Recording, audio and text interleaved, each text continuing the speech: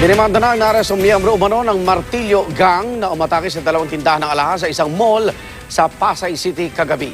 Tuloy naman ang pagtukoy sa siyam na suspect habang sinusuri na mga kuha ng CCTV sa krimen.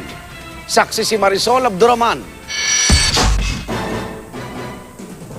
Bahagi ito ng record ng CCTV ng SM Mall of Asia sa pag-atake roon ng Martilyo Gang pasado alas 7 kagabi. Hindi pa ipinakita ang mismong video pero sa kuhang ito, kita ang isa sa mga suspect na nakaitim na pantalon at puting button-up shirt na may halong asul. Na-recover na raw ang kanyang damit na natuklas ang may dalawang tama ng bala sa likod.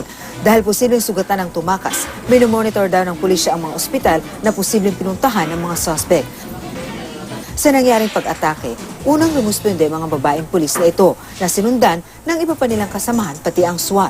Mabilis sinigpitan ang dali ng mga pumapasok kabilang ang media. Habang ang mga establishmento sa mall nag-lockdown, wala munang pinayagang lumabas habang tinutugis ang mga suspect na nakakuha ng mahigit at 2 milyong pisong halaga ng alahas sa The Jeweler. At di pa matiyak na halaga ang nanakaw sa FNC Jewelry.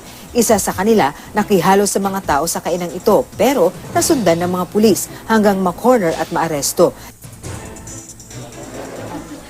Kinilala siyang si Brian Bansawan na sinampahan na ng reklamong robbery in van, frustrated homicide, attempted homicide at illegal possession of firearms. Nakuhanan siya ng bag na naglalaman ng kalibre 45 baril, mga bala, pamalit na damit at cellphone na pwede raw kunan ng impormasyon para madakip at makilala ang siyam na iba pang suspect na tumakas.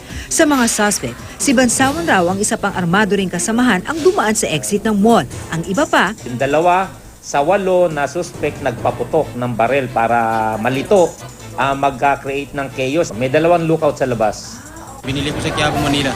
Tinawagan niya ako, pupunta ka sa Mall of Asia kasi may mission sila eh. tulad sa mga naunang pag-atake ng Martilyo Gang sa iba pang SM Mall, binasag nito ang mga eskaparate ng mga ninakawang jewelry store, kabilang ang ilang sangay ng FNC at The Jeweler.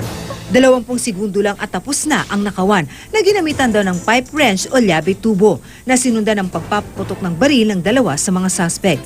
Ang gulong na likha, sinamantala ng mga suspect para makalabas. Based doon sa nirecover na damit, yung damit na yon, yun ang suot sa isang suspects na may tama yung damit tapos iniwan somewhere din nagbihis.